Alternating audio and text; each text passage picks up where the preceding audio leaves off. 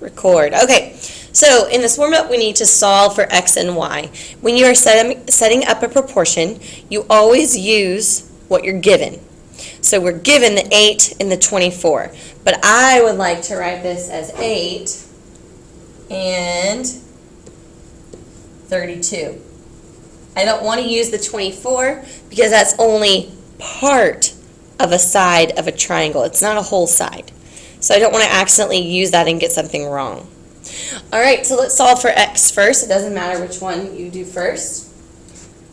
Let's say I want to do x is to x plus 21 as 8 is to 32. So the biggest mistake that you could make is putting 24 under that 8 because you didn't add the 8 in the 24. 24 is not the side of the triangle, it's just a part of the triangle. Another mistake you could make, not really, is to assume that that's a mid-segment. We did have a lesson all about mid-segments, but that's not a mid-segment, so we wouldn't use that to help us solve. Okay, so we would cross-multiply. My calculator. 32x equals 8x plus 168. Subtract x from both sides. 24x equals 168. And 168 divided by 24 is 7.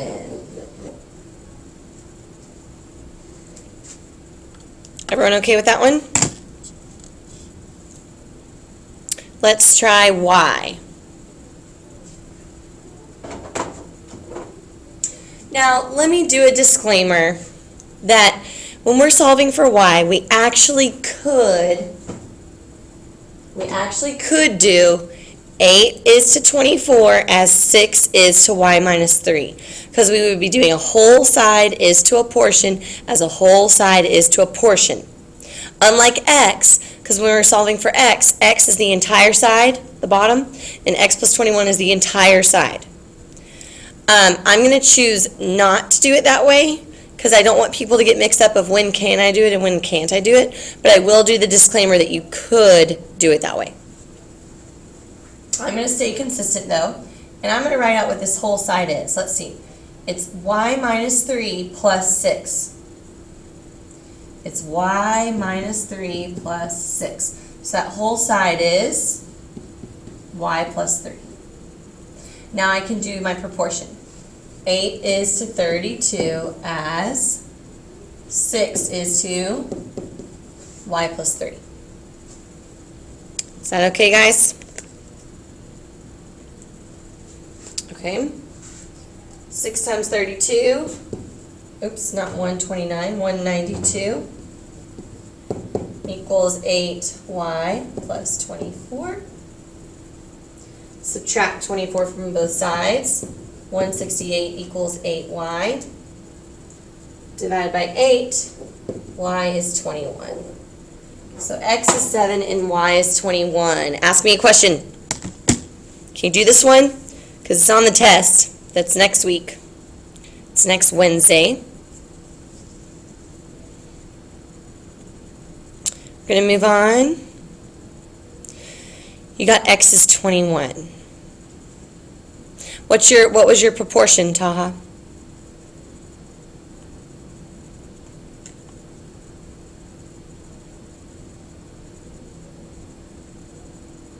If x is 21, then it would be a mid-segment. And x is definitely not a mid-segment because 8 and 24 are not congruent, or not equal. If x was 21, then this would be 21 and this would be 42. That would be half of that, and that's definitely not true. You always have to check for the reasonableness of your answers. Okay. Oh, well, that's what I said earlier. You can't assume it's a mid-segment because it's not a mid-segment. This is not a midpoint. 8 is not the same as 24. All right. Let's check that homework.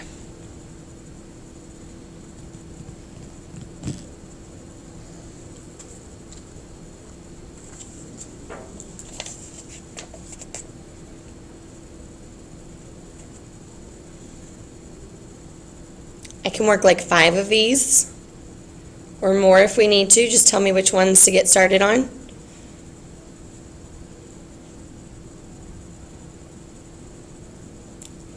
Who's got some questions for me? Come on.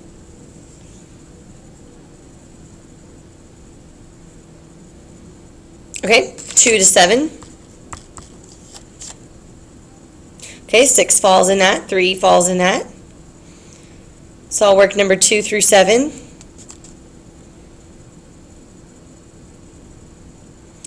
Anything outside of the realm of 2 through 7?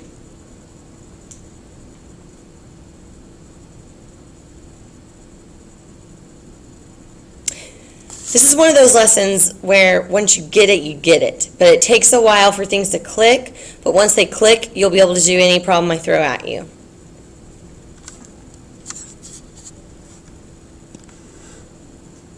Okay, you said that, Quan. I get it. I get the message.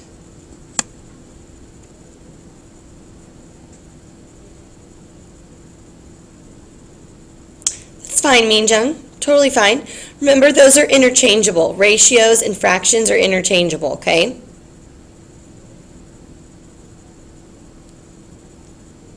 I got it, Austin. I read that. Okay.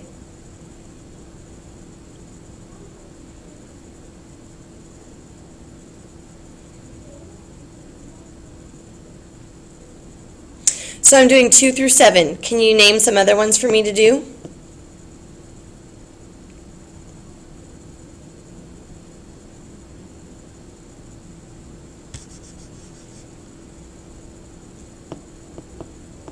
Speak now or forever hold your peace.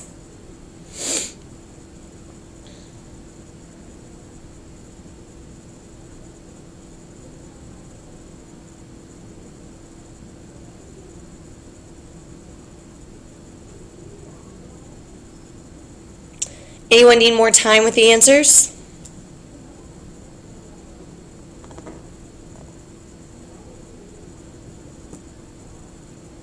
Okay. I'm going to get started. I'm going to do 2 through 7. And then if you come upon more questions as we're going, then go ahead and ask me about them. Okay. All right. Oh, I opened the wrong one again. Is that the only thing I have open? Okay. So we need this one. Okay. All right. So let's start with number 2. See if I can zoom in a little bit. That 100% to zoom. That'll be too big, 200. Why isn't that working? Oh my goodness gracious. Let's do 150. Okay. If 2 similar cylinders have radii in a ratio of 9 to 16, then the ratio of their heights is blank to blank. So the cool thing about this homework is that we're going to be answering things about areas and about radii and about diameter and lengths and widths and surface area and volume, but we don't need to know how to compute any of those. You don't need to know how to find the radius, how to find the height, how to find the volume. All you care about on this homework is, are we in 1D, 2D, or 3D? And that's all you care about. 1D, 2D, or 3D. So the radii are in a ratio of 9 to 16. A radius is how many dimensions? Good, 1D. If you don't see the word area and you don't see the word volume, it's 1D. Okay? So the ratio of their heights is, well, a height is 1D and a radii is 1D. So guess what? They have the same exact ratio. So all you're doing in your calculator is 9 divided by 16, math, enter, enter. Or you're simplifying it yourself, but you know that that can't be simplified. That's already reduced. So the answer is 9 to 16. The ratio of their surface areas is, we did this in class. Since I see the word area, I now know that we're 2D, so I need to square them. 81 and 256. And then volumes, I know that that's 3D, so I need to cube them. 9 to the third and 16 to the third. Remember, all you care about, 1D, 2D, or 3D. Number 3, find the ratio of the diameters of the cylinder. And you're like, all I have is the height. I don't know what the diameters are. And that's true. We do not know what the diameters are, and we cannot find the diameters. But we can find the ratio of the diameters, because the ratio of the heights is going to be the same as the ratio of the diameters, because anything that's 1D has a common ratio if the figures are similar, and we're assuming that they're all similar. Okay? So, the good thing about a ratio is is not a scale factor. So a ratio you can write either way, 5 to 8 or 8 to 5. They're both acceptable. So I don't care which one you do. 8 to 5. 8 to 5. 1D. Find the ratio of the surface area of the cylinders. Square it. 64 to 25. 2D. Find the ratio of the volumes of the cylinders. 8 to the third, 512, and 5 to the third, 125. Hopefully you're feeling good so far. Okay, now we're going to start to use those ratios. We did all that hard work. Now we're going to use those ratios to find missing values, and here's where it really gets into it, okay? If the area of the base of the small cylinder, so I see the word area, so that's 2D. The small cylinder is 50. Find the area of the base of the large cylinder. So I'm going to go up to the top of my page to work on this so that I have room. So 50 is to X as that column is 2D. So out of all the ratios I found, I would pick the one that's 2D. So would I pick 8 to 5? Would I pick 64 to 25, or would I pick 512 to 125? Not too hard. 64 to 25. Now be careful. The smaller one is 50, so I chose to put the smaller one on top, so I need to flip my ratio and make sure the small one's on top. Small over large equals small over large. Just stay consistent. You can cross multiply. Oh, by the way, they're both 2D. So they check out. They're both 2D, so I'm allowed to cross multiply. Or you can just see that half of 50 is 25. So half of what is 64? You can just double it, 128. So the answer to number 6 is 128 centimeters squared. It's all about knowing what dimension you're in, 1D, 2D, or 3D. Let's do number 7. I am going to have to erase all of that so that I can scroll. It doesn't let me scroll. Okay, the volume of the large cylinder is 1,536. Find the volume of the small cylinder. So we're going to have to use that volume ratio that we had. 1,536 over X equals blank over blank. I can't remember them. Let's see. 8 to the third and 5 to the third. Okay? So 512 over 125. Check it out. Let's see. Large over small equals, did I put the large over the small? Yes, I did. This is 3D. This is 3D. They check out. Once they check out, then you're allowed to cross multiply. So, I can't do this one in my head. 1,536 times 125 divided by 512, and we've got 375 cubic centimeters. Please, please, please be in the habit of putting your units. Okay, so now we want to do 12 and 13. Let's do it. 12 and 13, and I'll get to the next question. Number 12. The area of a given triangle is 9 times that of a smaller triangle. Find the ratio of the lengths. Okay, so you need to stop. You need to look at the sentence, and you need to document where it's 1D, where it's 2D, and where it's 3D. So we're looking at number 13. Oh, sorry, number 12. The area, okay, 2D. The area is 9 times that of a similar triangle. Find the ratio of the lengths, 1D. This is 2D, this is 1D. So what it's saying is the scale factor is 9, but that's the 2D scale factor. I want to find the scale factor of the 1D. So how do you go from 2D to 1D?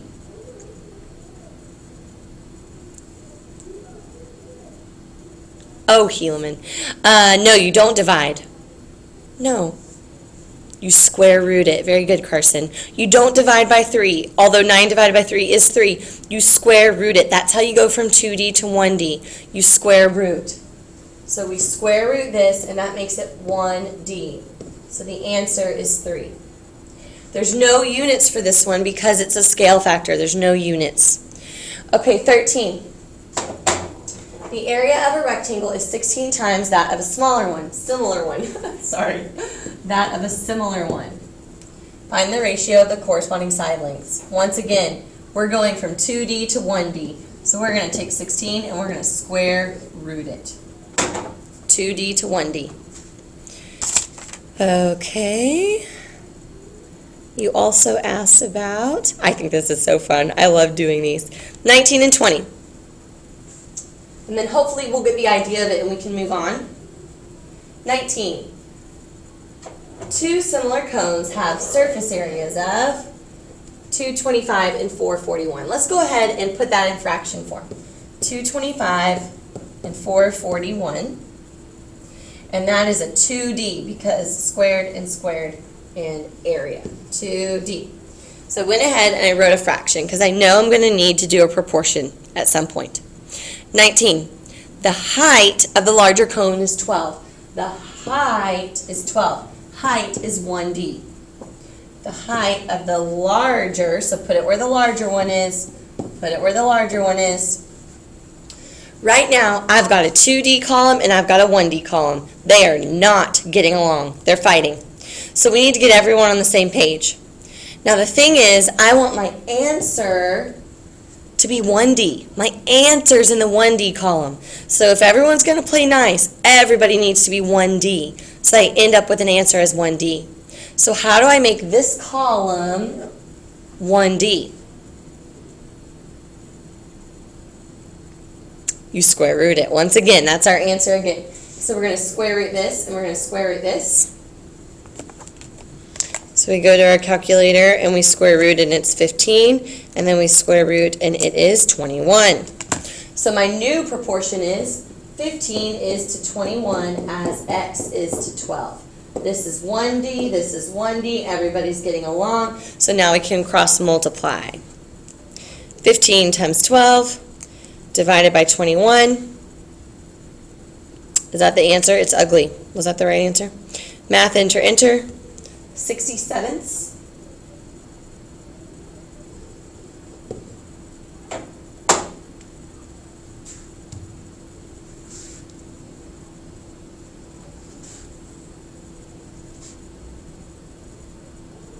What number was that? Did I do something wrong? Yep, I got it right. Okay, good. Woo! 67ths. Do you always second guess yourself when the answer is nice and ugly like that?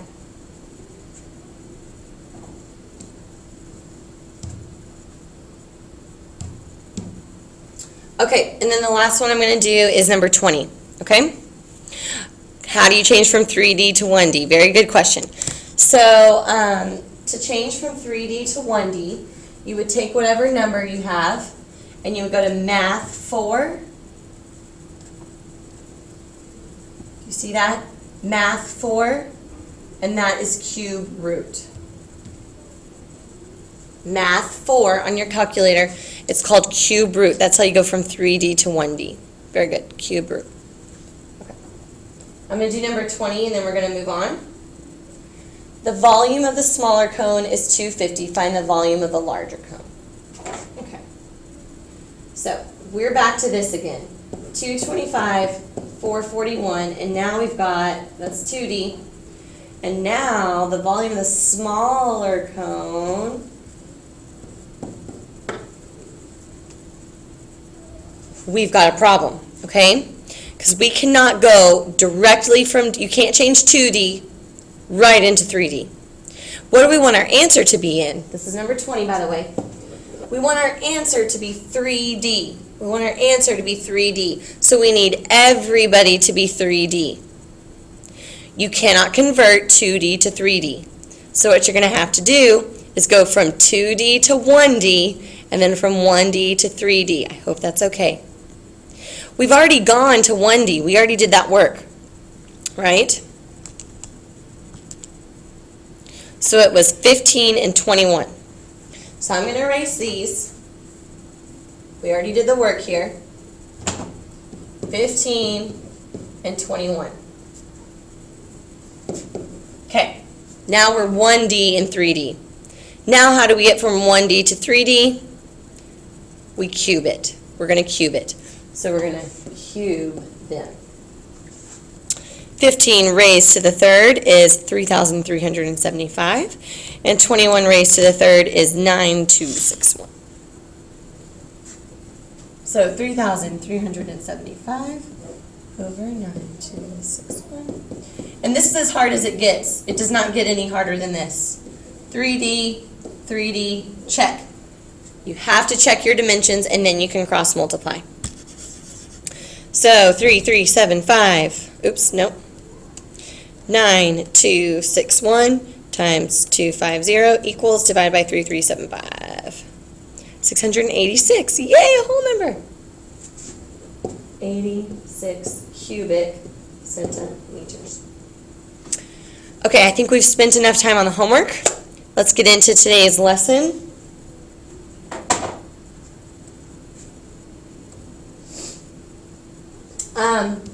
We don't have a new lesson today. We're just doing more application problems, like real world problems, like word problems, okay? So this one, let's look at it. Find the distance across the water. I wanted to go over this one because people are tempted to put 60 is to 80 as x is to 32. And that would definitely be the wrong way to work this problem. So we definitely need to talk about it.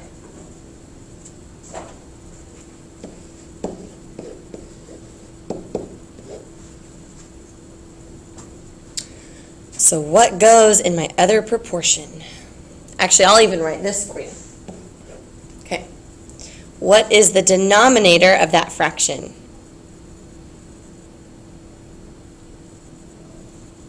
George just got it. Okay.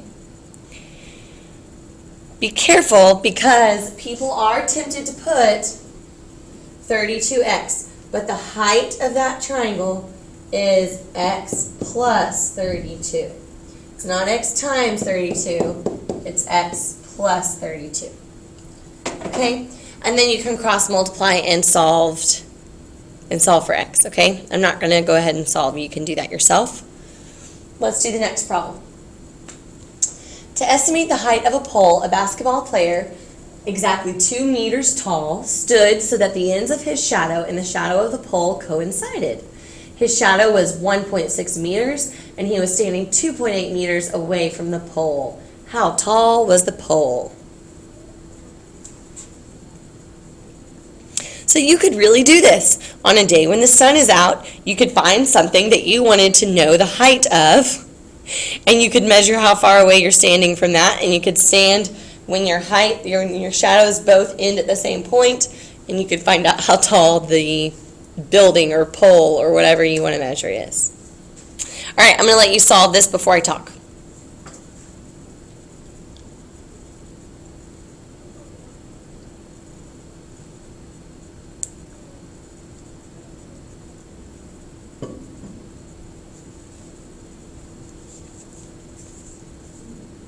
Sketch a quick picture and label your picture, please.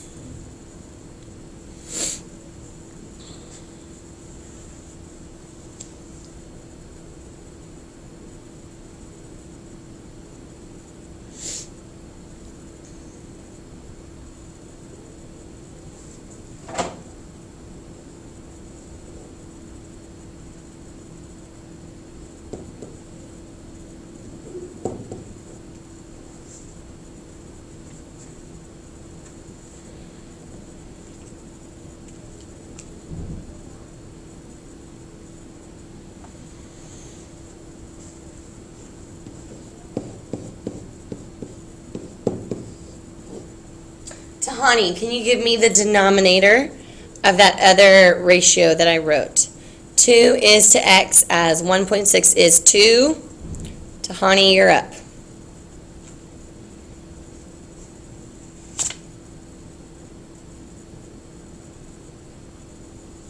No? Try again. Oh, Albert. Just to let her try again. Okay, you got to be careful. The side is to the side as the side is to the side. You have to use the whole side of the triangle. You can't use a part of a triangle. Remember? So the whole over the whole equals the whole over the whole. You have to add those together. Really important. Of course X is the whole. It's the height of the flagpole. Or the flagpole, sorry, it's a different problem. Basketball pole. If you're asking about something's height, it's from the bottom to the top. 2 is to X as 1.6 is to 4.4. We're not going to do the math in these problems. We're just going to set them up because that's the geometry part.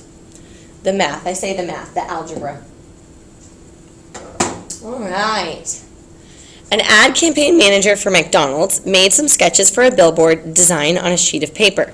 Which sketch will transfer the closest to a life-size billboard without changing dimensions? So this is asking pretty much which one of his sketches is similar to the billboard, is the closest to being similar, because actually none of them are perfectly similar. So which one of those is the closest to being similar to the real billboard? And those pictures are making me hungry. I want to go to McDonald's right now for breakfast.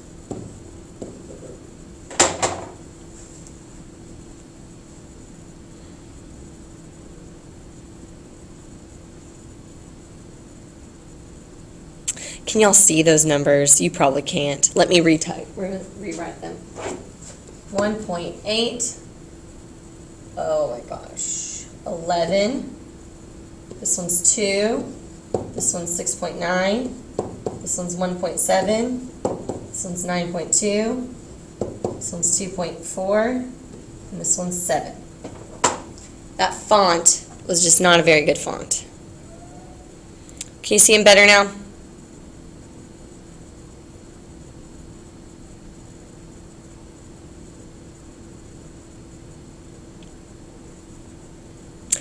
Who can type in the chat the procedure, like how you would work this problem? What operations would you do? What are you doing in your calculator right now?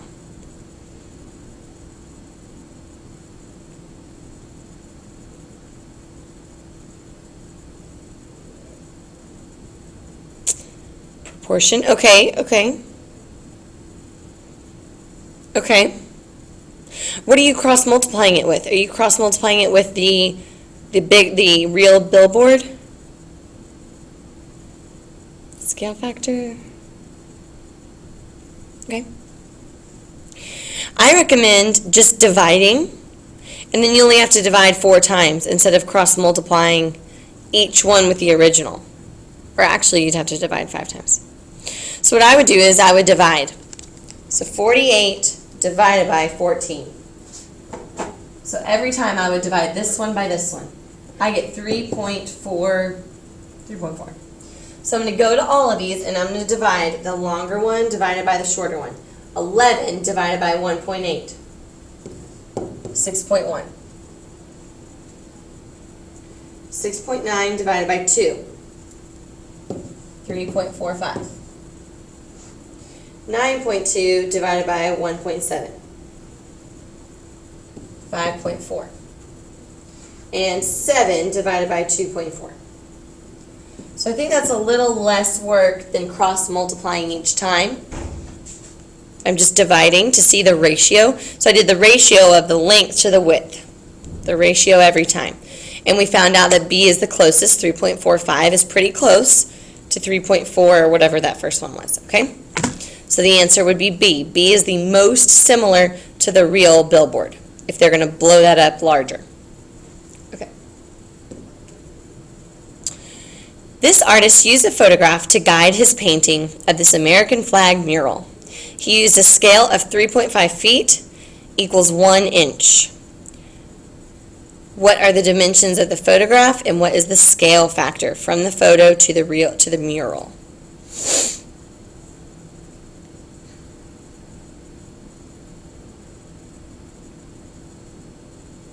So everyone go ahead and find the dimensions of the photograph. So take that large mural, use your scale factor and make it smaller, and how big is the photograph? I would recommend using a proportion. Yeah. So in this one you can say 1 inch is to 3.5 feet as x is to, and you can grab the length or the width, whatever you want. Inches over feet equals inches over feet. And you can cross multiply, but you're really just ending up dividing. 21 times 1 divided by 3.5. So that's going to get you 6. And then you would do the same thing again. Use your scale factor. 1 inch is to 3.5 feet as x is to 14 feet. Inches over feet equals inches over feet, and it'll get 4. So it's 4 by 6. So the drawing, the sketch, was a 4 by 6 sketch. Okay, now we need to find the scale factor. The scale factor is not 3.5. 2 inches equals 7 feet. Okay, Helaman, if you want to do it that way.